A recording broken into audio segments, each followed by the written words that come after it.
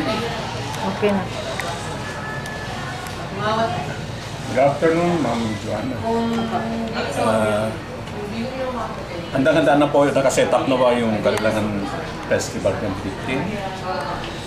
Opo, na-release po yung budget kahapon, February 20. At even prior to that, set up na rin naman kami ng mga kakailanganin. Actually ngayon, nag-rehearse na yung ating mga performers para sa ating opening program. Magkano po budget na release po Kalilangan 2015? Bali, from the local government unit, 4 million pesos po. Pero ang kabuang budget natin, tumatakbo tayo ng 7 million pesos. Kabuuan.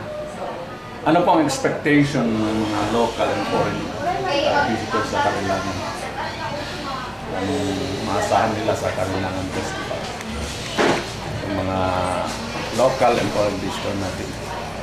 Bali po, ngayong taon, ang focus ng ating tema ay kultura ko, identity ko.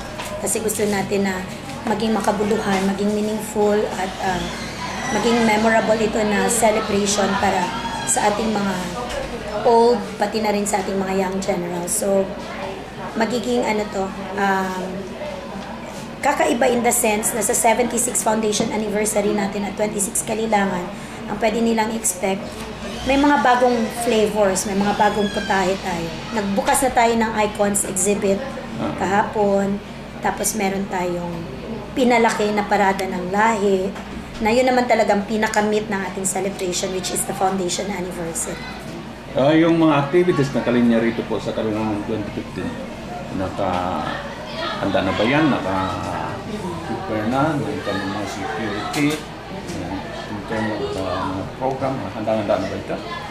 Meron po tayong mga tinatawag na institutional events at meron din tayong enrolled events. Ang institutional events, yun yung taon-taon yan ang talagang nandyan. Whether we like it or not, naka-institution na yan eh.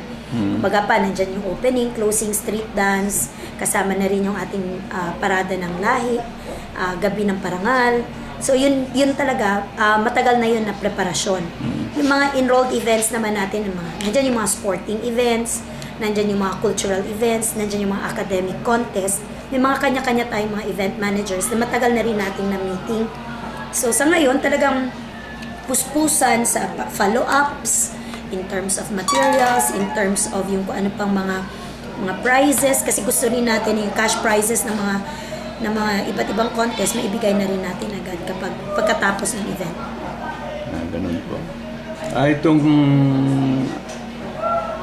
Can you give me a little background ng Kalilangan? Hindi parang lack of ng information kasi baguhan lang ito dito sa Jensen. So, can you give us a little background about this Kalilangan? 26 years ago po, nagkaroon ng contest para pangalanan itong festival na ito.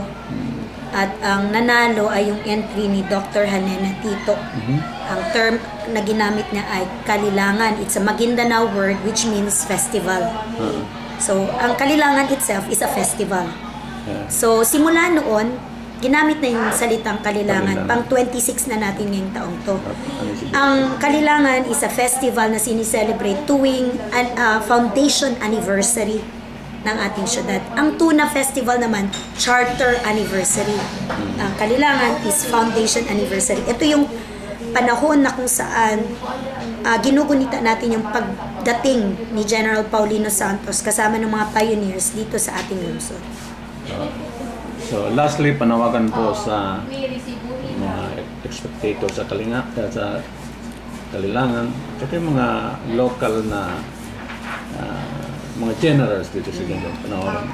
Inimbitahan namin lahat ng mga generals na sumali sa Kalilangan. Ang ating oval grounds po ay secure dahil meron tayong 12 ng CCTV cameras na nakapalibot dyan. High-end po yan, so ibig sabihin ng high-end, pwedeng i-zoom in sa mga plate numbers, pwedeng i-zoom in sa mga mukha, klarong-klaro ang recording kasi para maging useful siya sa ating security. Maliban doon, ang ating oval grounds ay Wi-Fi zone. Ibig sabihin, pwede silang makalog-in sa Facebook, makapost ng status, makatake ng pictures at gumamit ng hashtag Kalilangan 2015 para lahat makalap natin sa isang area. yung ating documentation. Tapos, syempre, may iba't ibang events sa loob ng Oval Plaza. Nandiyan ang Carnaval, nandiyan ang flea market, na nagsimula na nung Feb 12 hanggang March 12. Tapos, meron din tayong mga iba't ibang events sa malls. May iba't ibang mga events sa PBA Gym. Maraming magaganap. So, inimbitahan namin lahat ng mga generals na makidalo, makisaya. Dahil ang pagtitipon na ito, ang selebrasyon na ito ay para sa ating lahat. Sa pagunita ng foundation anniversary ng ating syudad. Maraming salamat, Ma'am Jana Grace.